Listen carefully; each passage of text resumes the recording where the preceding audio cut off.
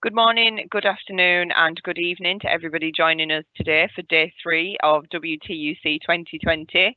For those of you who don't know me, my name is Sonia Jenkins and I am the World Technology University's Network Development Manager. I'm just giving a really quick introduction before we get going today. So today's our last day of the Congress, so thanks to everybody who's joined us for the last couple of days, and I hope you'll get the chance to enjoy all of our sessions today as well. Today our theme is the United Nations Sustainable Development Goals, Social Responsibility and our Impact on the World, and will be chaired by the Chair of our Operational Board, Ms Joanne Dobson from Coventry University. And before we get started, I just want to remind everyone that all of today's sessions will be recorded so that we can share them afterwards on the WTUN website for anyone who couldn't make it today. And to join any of our sessions today, please do that through the WTUN website. And if you're having any problems or have any queries, please drop us a line on wtun@bradford.ac.uk. So I'll hand you over to Jo Dobson to kick us off today. Thank you. Hello everybody and welcome to this final day of our Congress this year in 2020. It's a real pleasure to welcome colleagues from all around the world and all time zones really to this virtual event. It feels quite strange for me. I've been to the Congress for the last couple of years, obviously in person. It feels quite strange to be doing it virtually, but really good that we're still getting together and still gathering, I think. As Sonia said, I'm chair of the Network Operational Board this year, a post which I hold with great joy. The Operational Board do a lot of work to move the network forward, organise the student competitions, this Congress, and our fellowships, our exchanges programme. So it's a real pleasure to work with people who are so proactive and so interested in making things happen within the network. We've had 2 excellent Congress days already this week, looking at science, industry and research on Tuesday. And then yesterday we had a range of speakers on internationalisation, higher education and working together, collaborating, something close to my heart. And today I'm really pleased to have a full programme of speakers looking at the United Nations Sustainable Development Goals. And I'm fortunate to be on our campus today, so I can have my poster that sits above my desk just behind me. I'm really pleased to be chairing today in this session because the SDGs and all they represent, sustainability, equality, education, well-being, and development, these are all things that I really believe in and that I think as technology universities we have a big part to play in delivering some of the aims and targets around them. One of my responsibilities here at Coventry University is to coordinate our annual submission to the SDG Accord, which gives me an insight into the breadth of work that our lecturers, researchers, students and professional services colleagues undertake every day to further those values. We've actually just finished drafting our 2019-2020 report, which I would say is a report of 2 halves as we've gone into COVID and lockdown. But I'm pleased to say that the work we do here at Coventry covers most of the SDGs, but the top 3 areas for us around good health and well-being, decent work and economic growth, and SDG 12 on responsible consumption and production, and that makes me really quite proud. That next annual report will be published soon, and as soon as it is, I'll share it with the network via the Secretariat, our LinkedIn pages, etc. I'm really pleased that my colleague, Dr. Jalea Bello, is on a panel in one of the parallel sessions. Jalea does excellent work on embedding the SDGs into our curriculum within her faculty, and her work's now being used across the university. So I'd recommend hearing more about that during that session. Our latest SDG report includes an introduction from the Vice President of our student body, in which he highlights the importance of the SDGs being integrated into the curriculum, showing the support from our students for this really interesting and relevant piece of work. Early in the life of the World Technology Universities Network, we recognised the importance of the Sustainable Development Goals and embedded them into the work of the network. Our Congress programme always features sessions on this, and our very successful Exchanges programme includes a percentage of exchanges that are relevant to the SDGs. And furthermore, and again close to my heart, we're committed in the network to SDG 5, the goal of achieving gender equality. We've established our gender pledge, committing our members and the organisation of our network to respect a balance of genders on our boards, working groups and event panels such as this one. And today I'm really pleased that one of our parallel sessions will focus on diversity, building on our work on equality. And we have another parallel session focusing on the International League Table by Times Higher Education, which focuses on impact and uses these SDGs to measure that. Some of our members in the network are active in that league table, some aren't. Let's share expertise, let's share why we did that. We're a network that works together. Before we get to those parallel sessions though, I'm really pleased to welcome our keynote panel for today. Professor John Ludden from Heriot-Watt University. I kind of want to say in Scotland, but Heriot-Watt, as we all know, has got campuses around the globe. But I'm pretty sure John's up in Edinburgh today. Hopefully it's not too autumnal up there. John's got extensive experience as an international leader in the earth and environment sector. And his current role focuses on science governance and diplomacy with a remit to develop links across disciplines and strengthen communication with public and policymakers. Again, strengthening across disciplines, that need for the SDGs to work not in silos, but work across each of them. John's held a number of science leadership posts in the UK, France and Canada in the earth and environmental sector. And in 2016, he was awarded a CBE in the UK's honours list for services to geoscience. I'll introduce all our speakers now and then we can flow from one to the other. Professor Shirley Congdon will come next. Professor's the Vice-Chancellor at the University of Bradford, and she's the first woman to hold that role. I know she's really passionate about equality and diversity, social inclusion and widening participation in higher education. Originally, Shirley qualified as a registered nurse, but her professional and academic expertise lies in the areas of not just health and social care, but also service modernisation, cultural change, research methods and how we use evidence-based practice. She's got a strong track record of university leadership, having worked in the field for 25 years. Finally, our speaker from King Mongkut University in Thailand, Dr. Yossapong Laoonual, as well as his role as an advisor to the president of the university on sustainability, a post which sounds really interesting to me, and I hope we're going to hear more about that. He is an associate professor at the Department of Mechanical Engineering and head of the Mobility and Vehicle Technology Research Centre at the university. Since 2015, he has had and continues to have a number of roles on parliamentary advisory committees at a national level in Thailand and worked on policies related to energy reform and electric vehicles. And I think that's really interesting that we've got two speakers who are advising government and that importance of the work of academia on these goals getting to the policymakers. So I'm really looking forward to our panel today. We're going to hear from the three speakers and then there will be time for questions and answers. And I invite you to use the Q&A text box to type those in and then I'll curate those when we get to the end of the session. So, John, can I invite you to load your slides and do your first?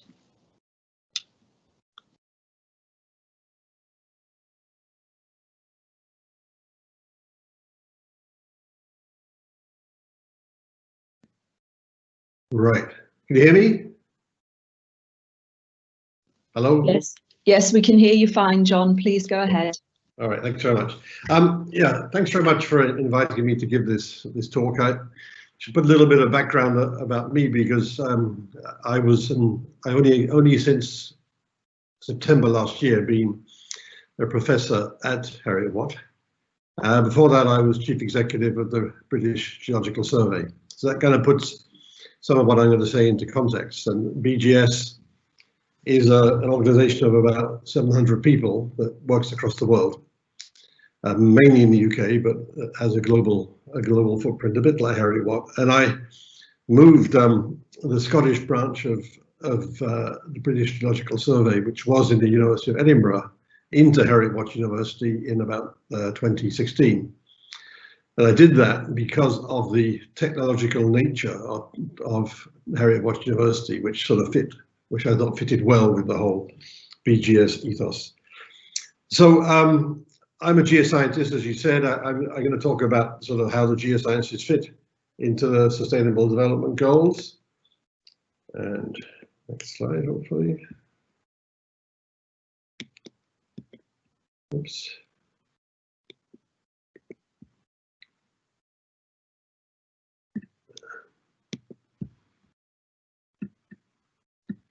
Okay, got you. Right. So the geological and environmental sciences underpin most of the sustainability goals, as you can imagine: clean water, good health, zero hunger, energy, etc., life below water.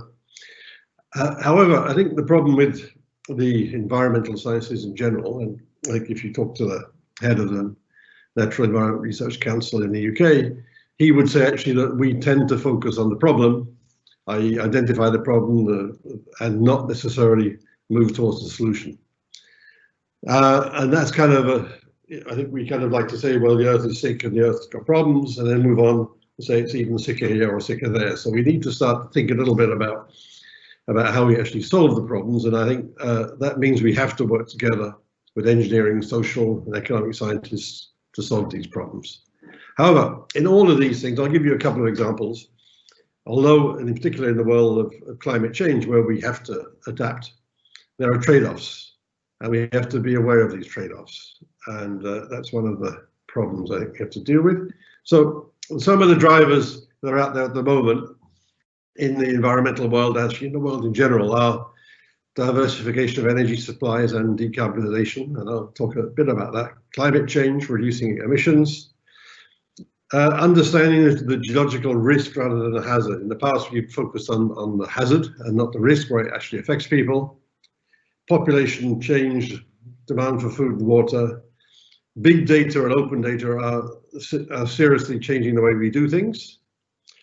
And probably in some parts of the world, in particular, tougher environmental regulations and in particular greater public scrutiny are something we have to deal with in a positive way. So this slide here summarizes at least the geological view of the energy transition. So we are going through an energy transition, or we have to. It'll happen at different rates in different countries. It will be part of the whole sustainability of the planet. And in particular, moving from a hydrocarbon consuming society to a society which is less dependent on hydrocarbons. So the projections might be that I've seen are that by 2050, that hydrocarbons may only represent about 10–15% of our global usage.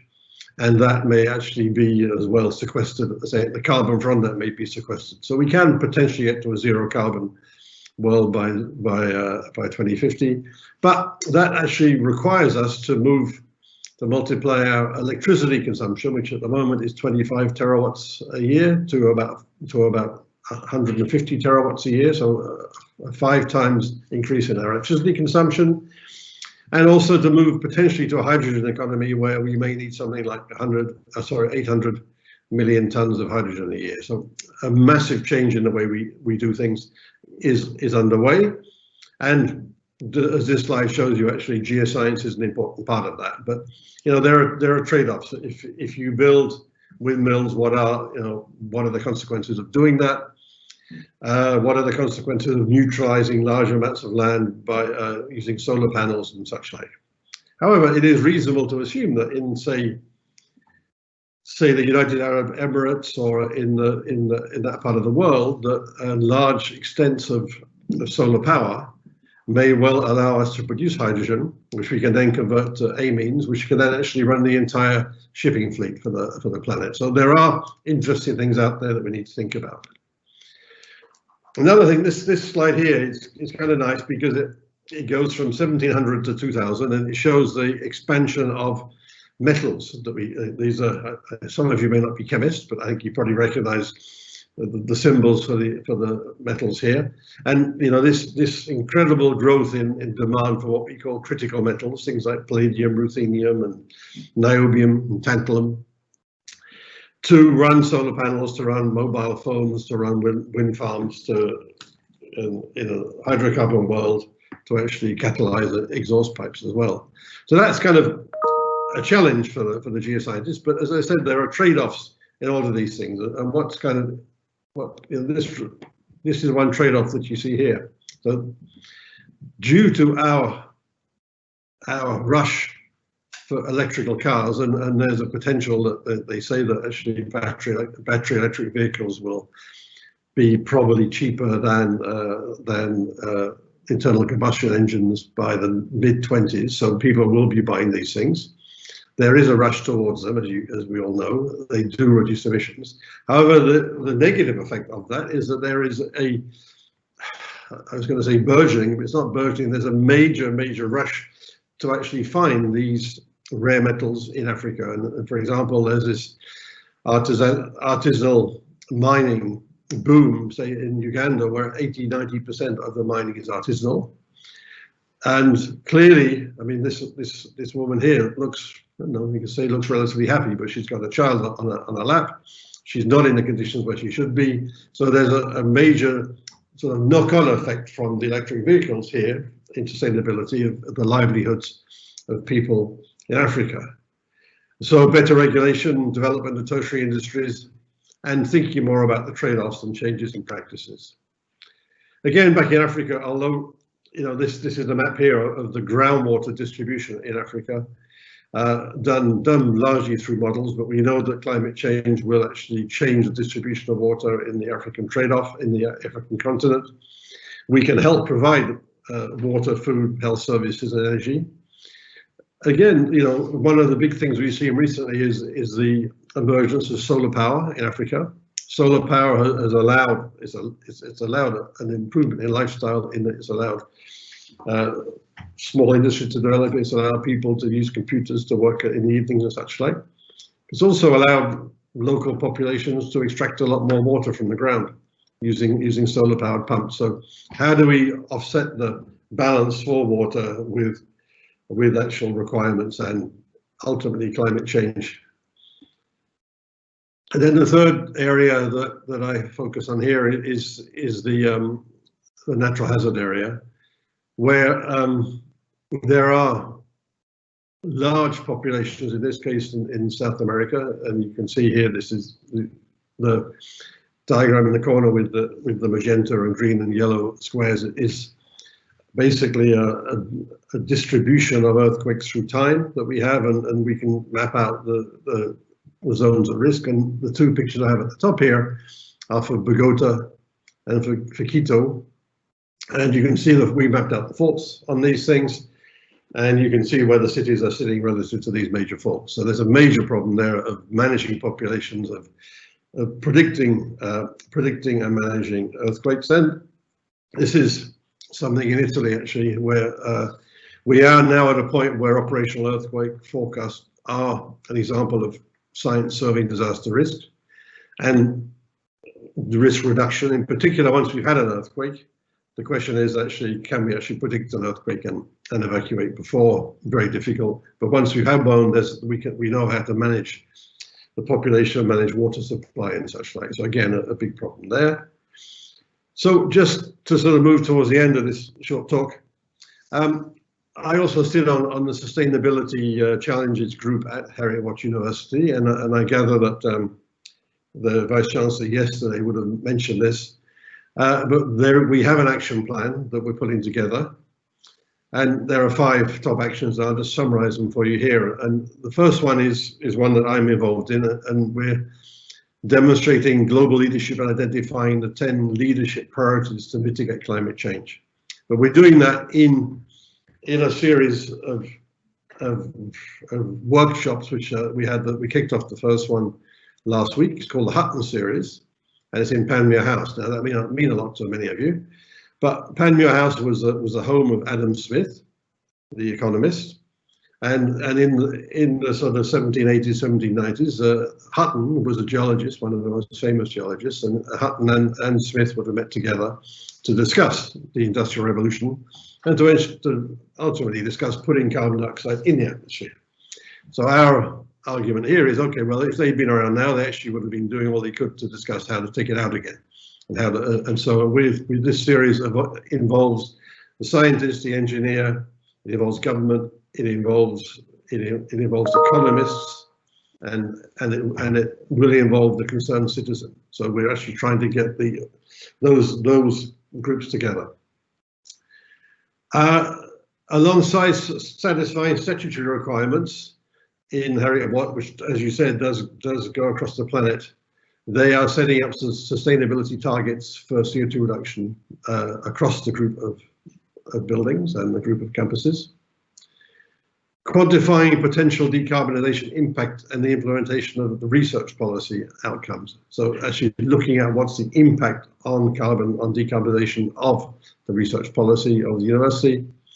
And probably the last 2 are promoting research based on radical innovations to address climate change topics focused around energy transition, community energy, cooling, logistics, and artificial intelligence, which follows on from some of the things I showed you before. Where in Heriot-Watt University, we have the Lyell Centre, we also have the Centre for Geoenergy Engineering, we also have a Centre for Zero Carbon Technology, and a Centre for Sustainable Construction. And to then demonstrate publicly new eco technologies and looking for first adopter type approaches. So Heriot-Watt is developing its own approach to sustainability, in addition to working around the world on sustainability. And just the final slide is a reminder of what the goals are, a reminder that the Earth, if you don't look after it, will start to disintegrate, or already is disintegrating. The problem that the environmental sciences have, as I said before, is in contrast to a medic who will say, well, the Earth is sick, or a person is sick, what can we do to fix it? We tend to have been tended to say, well, the Earth is sick, and not necessarily developing the tools to fix it. To develop the tools to fix it, we need to work across the spectrum from economics, social sciences, and engineering sciences. And the take-home message really is that we need to be careful and analyze the benefits, and we need to take a careful analysis of the benefits of what we're doing and the trade-offs. Some examples I gave you there for the minerals economy and the effects on mining in Africa, the effects of water and such like. So thanks very much. That's it, I think. Thank you very much, John. I jotted down some things I'd like to know more about, so I'm hoping that our participants and our audience were doing the same, even if they haven't appeared yet in the live Q&A. So I'm really pleased next to welcome Shirley from the Vice-Chancellor at the University of Bradford, so we can hear some of her thoughts on this agenda. I think we might get a slightly different slant. I'm hoping we'll get a slightly different slant from Shirley, and let's see we go. But welcome.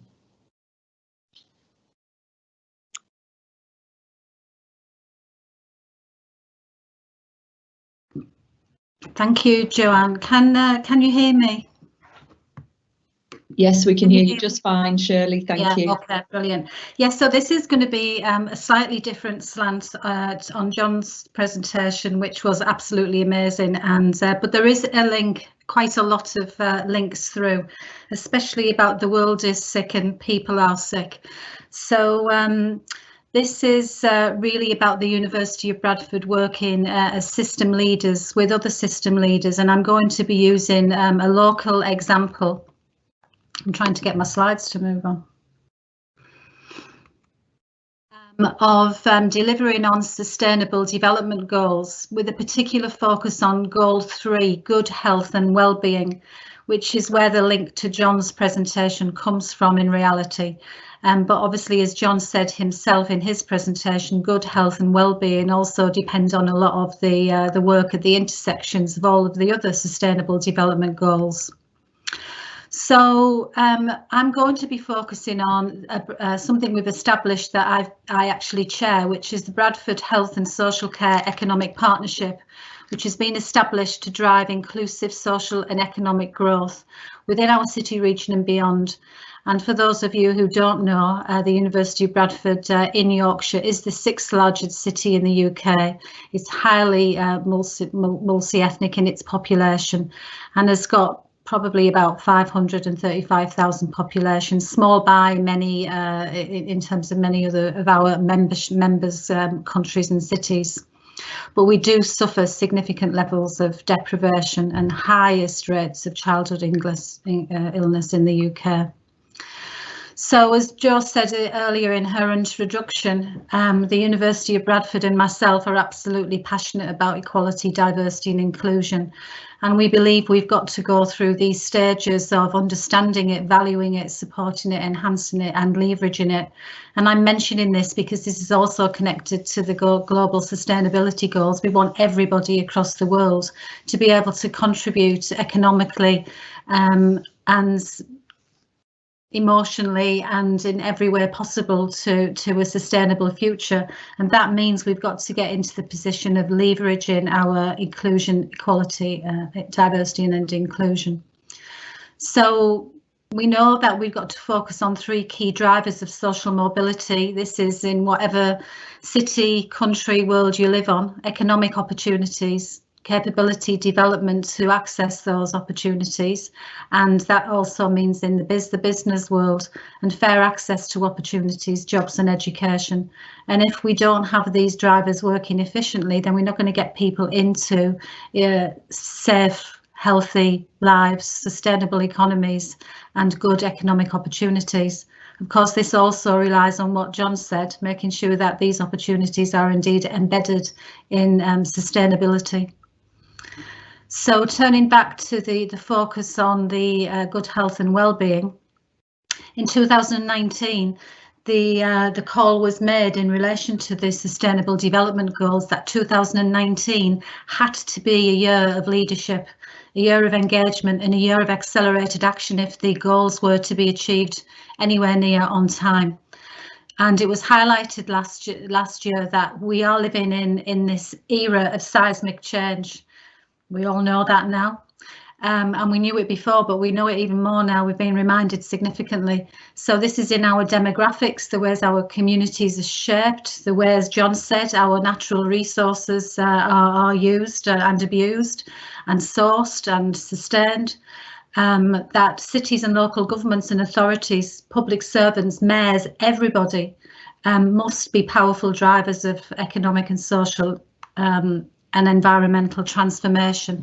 And the point I'm making here is that we therefore must develop effective, inclusive and accountable public institutions. And without this accountable approach to public institutions, particularly the focus today for me, obviously we could have another presentation on business as well, that we've really got to push this focus of at the individual, the collective and the societal level. And John mentioned this as well. Coalitions are much more effective at bringing to bear effective action and also contest and delegitimize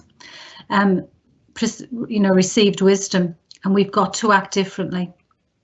So the key elements of system leadership that we've been developing in our partnership are all about collaborative leadership skills, building these coalitions and really looking at complex system insight, which is not particularly easy because it is so complex and interrelated. But I think once you can understand that we are working in a complex system, you can live with the complexity and deal with it much more effectively. So we've been working to establish the partnership for the last 3 years. We started 3 years, it's well established now, but we did begin doing an awful lot of work on understanding what we meant by trust, what we meant by integrity, working across systems, and how we believed we were collectively responsible for trying to stop the vicious circle that leads to poverty and inequality. Going back to what John said, the person is sick, but what we've got to do is prevent people from becoming ill by giving them opportunities, economic opportunities to have happy, healthy lives. And so, of course, with coronavirus, as everybody knows on this Congress, has brought all of these inequalities into sharp focus, and highlighted that despite years of real high quality research into inequalities, they've not translated into effective policy at any level in any country.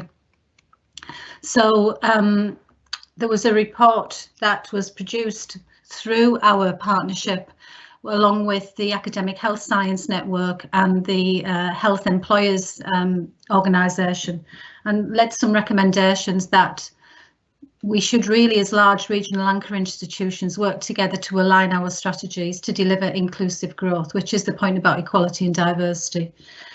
I've just highlighted some words there. The establishment of observatories, not just public health observatories, but workforce observatories, where we can share local data to inform better policy interventions. And we should, as anchor institutions, be working to transform place-wide change.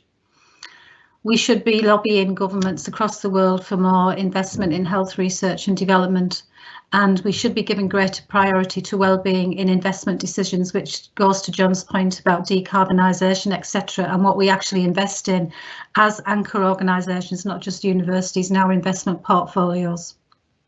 And we should embed health as a priority right across all government departments, across all worlds, all countries. So this is our partnership. We are championing health and care as a key driver of economic growth through more jobs, better prospects, but also in other areas. Our workforce, as I've said, but also research and innovation in healthcare. We're trying to establish the Crick Institute of the North, which wouldn't be a Crick Institute, but it would be an Act Early collaboratory to focus on good children's health and well-being. And also that as anchor institutions, we should work together and have common approaches and sharing of resources and investments to tackle the issues of sustainable societies, climate emergency, quality and diversity, and efficient use of public sources, going back to the system leadership. So to do this, it does really mean that you've not got to think about your own organisation. You've got to think about the collective and the people and the place that you serve. And along with the Sustainable Development Goals, we're thinking globally. Actually, we've got to think globally, but we've got to act locally. And without the act locally being led through system leadership, then we won't be able to deliver on it. It's got to be built up from the bottom and then also this top-down leadership. So we are working on this word that is becoming a bit overused, co-production of the delivery of our West Yorkshire and Harrogate and the North. Economic recovery plans, working on devolution, and working across to work on belonging, new ways of working and care delivery, future recruitment, and importantly, we are working on our collective power to leverage innovation faster. This is the report I was talking about earlier that those recommendations emerged from. And this is our image of all of the people that need to be involved in our and are involved in our partnership. But when you dive into the subsections of the research, you find that this becomes even more complex, because one element of it, the research to inform good lives and healthy lives, actually in and of itself, again, is complex and needs system leadership.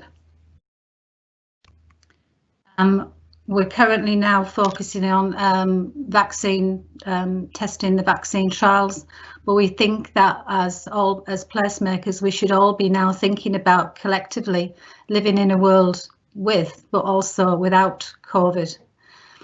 And this is just a slide just demonstrating that in the University of Bradford, when you look at the percentage of income we get from our research, 18% is applied health, but the rest of it, a lot of it, links to health anywhere.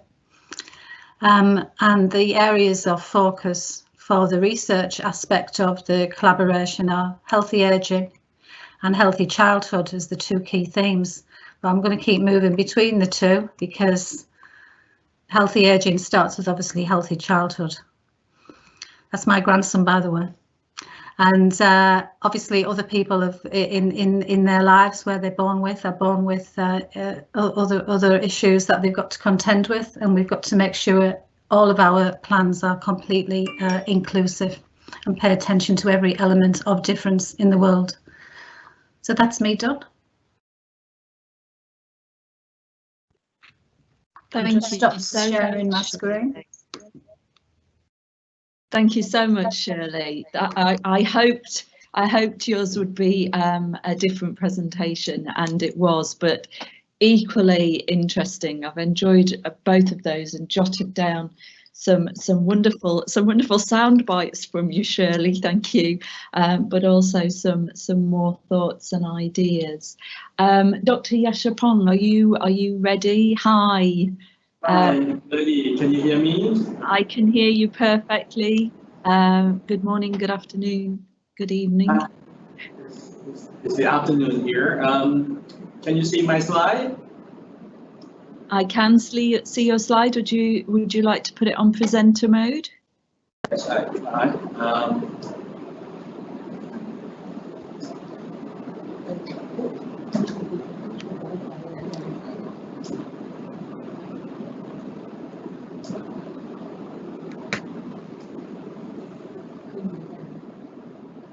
Can you see it now? We can see it. Would you like to put it on slideshow so it fills the screen? Or you can run with it like that, that's fine too. So you see my slide now? Yes, we can see your slides. Okay, let me try to put it. Is it enlarged?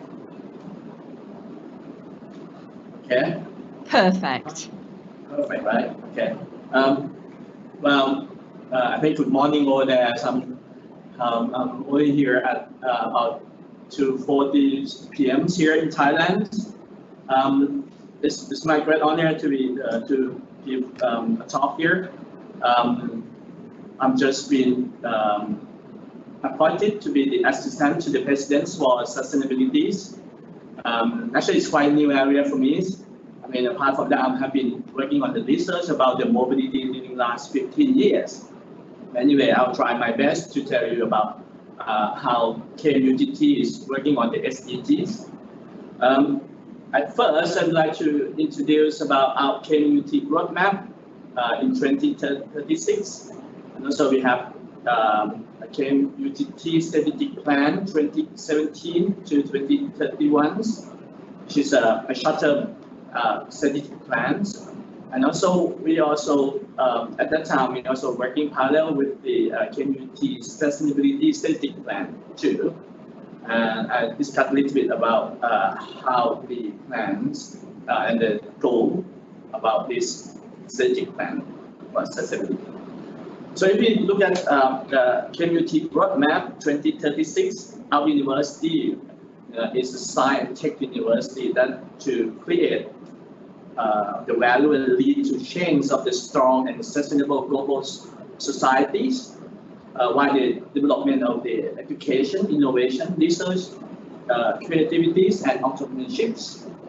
Our missions, that's similar to any university, we try to develop the personnel to be capable of learning and to develop our students to be the best academically. Secondly, we would like to develop the educational systems. We make sure that our have good qualities. We will try to develop our learning system. Thirdly, we will try to conduct research and to utilize the finding to formulate the knowledge and develop the Thai community. So from that, this vision and the missions, I think we try to aim, but at the moment we are still, we are one of the top in Thailand and in the ASEAN, but we try to be the world-class university, like the university in the UK. So for the KMUTT roadmap in 2036, we look at actually 5 strategic objectives. We try to be learning excellence, research excellence, global components, and of course good governance and management. And of course, topic today we are talking about is about green and sustainability. And for the short term in 2017 to 2021, we would like to develop students as to be social change agents. We would like to do the research and innovation and try to do internationalization, the high performance and organization. And of course, we are trying to put the student to have the green heart. I will explain you more. But I think at the moment with the COVID-19, I think our university thinking that maybe this plan needs to be changed, because when we're thinking about this plan, it's about before COVID. So with the COVID, we are thinking that this have to be rethinking how to move the university. Anyway, today's topic we would like to talk about our KMUTT's strategic plan. So some of you may be familiar with our late King Bhumibol. He's invented what we call the sufficiency economies philosophies. So he talking about these philosophies didn't last 20-30 years for the Thai community. I think I'm quoting his word here, as you can see, that when he said this sufficiency means we have enough to live on, right? So I think at the end he said, whatever we do, we need to bring the happiness, right? It is permissible as long as it within the means of the individuals. So for our university, we set up the policy with what we call is the SEP for the SDG, right? So we are based on the late King philosophy, sufficient economic or philosophy for the sustainable development goals. So our policy is at the moment for the sustainability in the university. We would like to be clean and sustainable entrepreneurial university. We are trying to foster the development of the social change agents. And with using the method of the SDP for the SDG, this will be one of the statistics of our goal. So from this one, our university have been coming up with 5 goals for what we call KMUTT sustainability. First goal, we try to increase the student engagement. Secondly, we try to demonstrating the impact of research and innovations. Thirdly, we try to encourage the community engagement. Fourth, we like to building green infrastructure and environments in our campus. 5, we try to create the sustainable management system within the university. Right? I'll give you some example of in this goal. For example, for the increased student engagement, we try to have teach students about Green Heart. So we have create the Green Heart camp. So all the new students every year, they will learn about the real elements, try to transform the campus to be the ideal environments for building the awareness and innovative solution, and try to solve the social environment problems in Thailand. For example, the example of demonstrating the impact of research and innovations. This is one of actually my research too. We are working with companies in Thailand called Honda, the Japanese company who developed the electric scooter, and we work with the startup companies called Hop. So we try to create the new business, which is called electric motorcycle sharing project. So we design, if you see on the right, we design the station, the electric motorcycles station. That this motorcycle can use the power from the electric solar rooftop, and also, and as you can see, the battery can swapping. So the electricity for using for the motorcycle is, I think, about 30% of electricity coming from this solar rooftop. And the student can use it in outside the campus. We also helping the student for their part-time job as the e-bike delivery service too. And so this project is kind of helping the student to be able to use a cheaper electric scooter, and also at the same time we can test the new idea working with some company, which is startup company in Thailand. Another example of to encourage the community engagement. This is a picture of this is you can see actually the adult picture. He's at the moment he's a current president of KMUTT and also some of the former presidents. So our university have long history to working with the communities. We're working with the school. We're working with the people in the rural area. We're also supporting the loyal projects in Thailand. So that means we're not just working within the corporate or the startup, but we also working with the community to basically to improve their quality of life, to improve their environment in the area. And also this one, this is our new building in our university. We call a learning exchange. So this building, I think when we just recently opened this building. When we design this building, I think we're thinking several aspects to try to be sustainable buildings. We think about how do we do the energy saving. So we use the solar panels. Because we're thinking about the environmental conservations. They have some. We can save some of the rainwater too. We're thinking about using the eco-friendly materials and how to use the building. So this building just have been opened by our Princess Silicons, and this building have been awarded as the platinum levels for the green buildings by the Thailand Green Environment Institute. Another one that I think maybe almost my last few slides. I think recently, as we know that we have the COVID-19, I think that is raising the challenge of COVID-19 for our sustainability in the university. So I think I think in Thailand we are lucky that we have a few number of infected COVID-19. But if we are talking about in early March, I think people panic.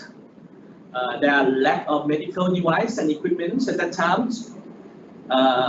We are afraid that there will be a lot of people who will be infected. So at that time, our university is at that time, people have to stay at homes. But at the same time, our researcher and professor try to work with the student to create some. I think they developed the robot that can help the doctor to monitor the COVID patient. And we also even developed some of the ambulance bed with the air treatment unit within a few months. That if it not have enough, so we try to manufacturing within our own university. We even working with the hospital to develop the 2 negative pressure ward room, for example. I think we even convert the old telephone booth to be the COVID test station too. So I think during last 6 months, we try at that time that to helping out the doctor and make sure that if something happen, at least they have some spare medical device that they can use it right away. I think the COVID-19 is changing the way we are today. I think this is an example that I'm talking to you guys in the seminar. Normally, probably this kind of conference probably have to be in UK. I have to be there, as you can see. But I'd like to. This is probably my last slide, and I like this kind of cartoon. I think this cartoon. I think at the beginning they're putting the first two waves, which is the COVID-19, and then they thought that this is the first wave, and then after the first wave, then they will come up with the second wave, which is economic recessions. But then some people thinking that this is just just the first two wave, right? So actually, the bigger problem is the climate change. And if this happening, of course, the biodiversity might collapse. So I think this figure is represent that if you're thinking the COVID is really, you have very difficult time in area. Yeah. So I think that's it for now. Yeah. Thank you. Thank you very much, Dr. Yossapong. Again, another interesting presentation, and I'm not sure whether I found the final slide funny or whether I find it a bit scary, probably a mixture of both. I think your mention of your university fostering the development of the social change agent, what a great phrase to encapsulate what we're trying to do with our students through education. We've got about 5 minutes left. We do have 2 questions in the Q&A. The first question has come in from somebody who's logged in as anonymous, so I'm going to struggle to highlight that individual, I think, to actually ask the question. So I'm thinking it's probably best if I do that. So some great feedback on the 2 presentations, which is wonderful. And then the question is, do we think that the UN SDGs can provide a vehicle to change the often negative narrative on HE institutions at the moment, as well as contribute to the world challenges they aim to address? John, would you like to start by commenting on that particular question? Yeah, I guess one would hope so, right? I suppose my comment might be that even me personally, when I talk about sustainability goals, UN ones, I still think about global things, or I think about developing countries. I don't think about developed countries, right? And I think that's one of the problems. Clearly from Shirley's presentation, it was very much focused around Bradford and northern England, and where the goals are equally as applicable as Uganda, which is what I was talking about. And actually getting that message across to people is quite difficult. Thank you, John. Shirley, any views on whether the SDGs could help with the often and current negative narrative on HE? Yeah, I think it's an absolutely yes, they can be, and we should use them. And what we're doing in locally across the North and West Yorkshire and Harrogate is we're actually using them to map everything we do to these goals, and using them to drive our thinking. And a lot of people will remember, now I've started using it a little bit myself, but King's College London on big billboards many years ago had a big phrase which said, "World problems, King solutions." And I think in our universities, we're working on local and global at the same time. Our research has global impact, but we need to work locally as well at a place level. And I think we need to just keep referring to these amazing goals, really, that do demonstrate, when you think about it, the intersections. Maybe they shouldn't be in boxes, though. Maybe there should be some wiggly lines between them or something. Yeah, that's a comment after my own heart, definitely, Shirley. I think definitely the intersectionality between the goals is key. Dr. Yossapong, I mean, is there a negative narrative on HE in Thailand at the moment? How do you use the SDGs to ensure that the narrative for your university is positive? I think the SDG goal could be a good guidelines for many universities in Thailand. At the moment in Thailand, we are grouping together about 33 universities called the Sustainable University Network, called SUN Thailand.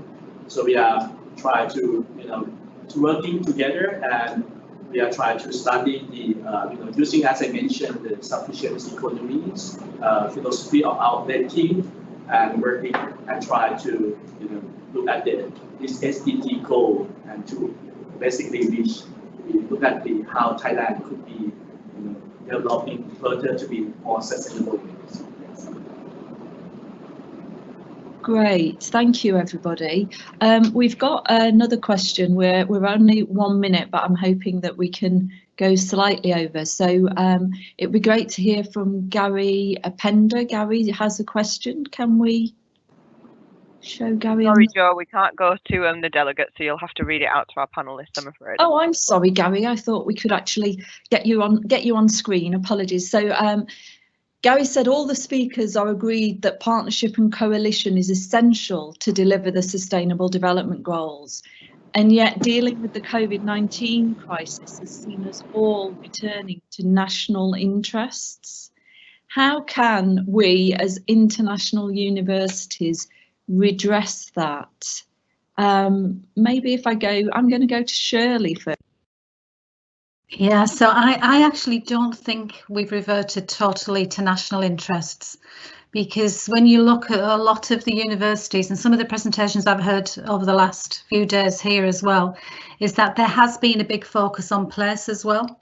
So certainly where we are, we've established a research theme, which is all about the impact of COVID-19 on our populations, which are very, very different to the population of other places in the UK and beyond. And that learning has actually been used in more of a rapid application way to drive the local response. So I think COVID-19's had very local and very national and very international responses. Thank you, Shirley. Dr. Yossapong, how's it been in Thailand? Has it been local or national or international? Would you like to comment? I think, as I mentioned, that because of the at the moment people are talking about COVID-19 is about the economic recessions, right? So that people have more self-interest on their own problems at the moment. I think, but that's why I bring the last picture. That's, of course, that's one of the problems today. Well, probably will be in a few years, but climate change of the SDGs is a bigger problem that we need to look at. Yeah. So of course it's an effort at the moment, but we as a university we should have to address this. That the problem is, of course, we have our own problem, but we need to, if you have opportunities, we need to help other people. Like what we did during the COVID-19, as we try to show that our researcher, we know that at that time it's very least, most people have to stay at home, but we still try to work at the university to helping the doctor at that time. Yeah. Thank you. I'm sorry, we've run out of time. Which is such a shame, because we've had a couple more questions pop in as well, some very interesting ones on sustainability versus finances, and how does the cost of things trumping the sustainability of them, and needing to move that mindset, which I would love us to keep debating. But we have run out of time, and we do have some parallel sessions to go to. So it just stays with me to thank all three of our keynote speakers. Really interesting. I had questions in my notebook too. I would have loved us to carry on talking for longer. So thank you very much for your time this morning. Delegates, it's great to have you with us. Hopefully I might see some of you at one of the parallel sessions later on in about 15 minutes. They're due to kick off at 9:15. Thank you everybody so much. Thank you. Bye-bye.